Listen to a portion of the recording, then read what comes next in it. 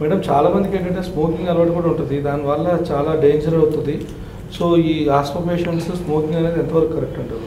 Asthma పేషెంట్స్లో smoking చేయడం ద్వారా మనం ఏదైతే స్టెరాయిడ్ మెడిసిన్స్ యూస్ చేస్తున్నామో దాని డోస్ సరిపోక వాళ్ళకి సిమ్టమ్స్ కంట్రోల్ అవ్వక స్మోకింగ్ ఇంకా ఎక్కువ వాళ్ళలో బ్రాంకోస్పాజం అంటే ఆ బ్రాంకియల్ స్మూత్ మజిల్ కంట్రాక్షన్ కానీ మనం యూస్ చేసే మెడిసిన్స్ని సరైన పద్ధతిలో అవి పని చేయకుండా స్మోకింగ్ అడ్డుపడుతుంది. అందుకని యాజ్ ఫార్ యాజ్ పాసిబుల్ మీరు ఆస్థమాటిక్ అయ్యుండి స్మోకింగ్ అలవాటు ఉంటే కనుక స్మోకింగ్ని క్విట్ చేయడానికి ట్రై చేయడము అవాయిడ్ చేయడం బెటర్.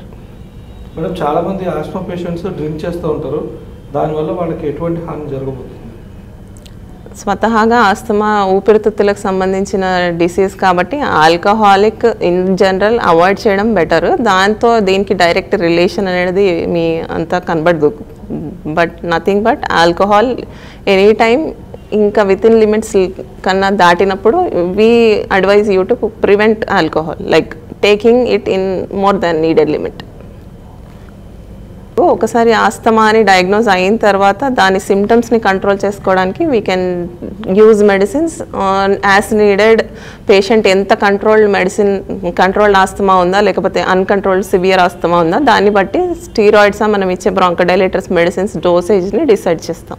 మేడం ఇంకోటి అసలు యాక్చువల్గా దీనికి ప్రికాషన్స్ అంటే మనము మెడికల్ టర్మ్స్లో prevention is better than cure అంటాం కదా. అవునండి. సో అట్లాంటి క్యూరేషన్ ఏమైనా ఉందంటారా?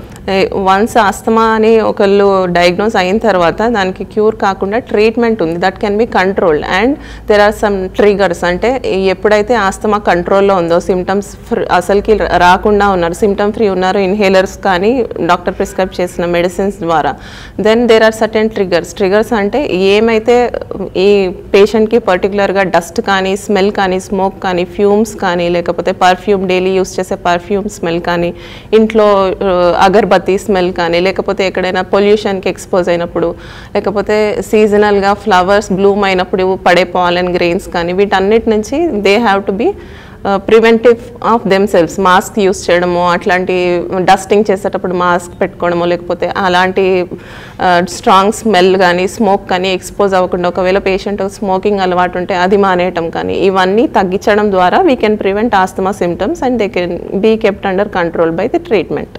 ఇలాంటి ఇంట్రెస్టింగ్ వీడియోస్ కోసం తప్పకుండా మా ఛానల్ని సబ్స్క్రైబ్ చేయండి.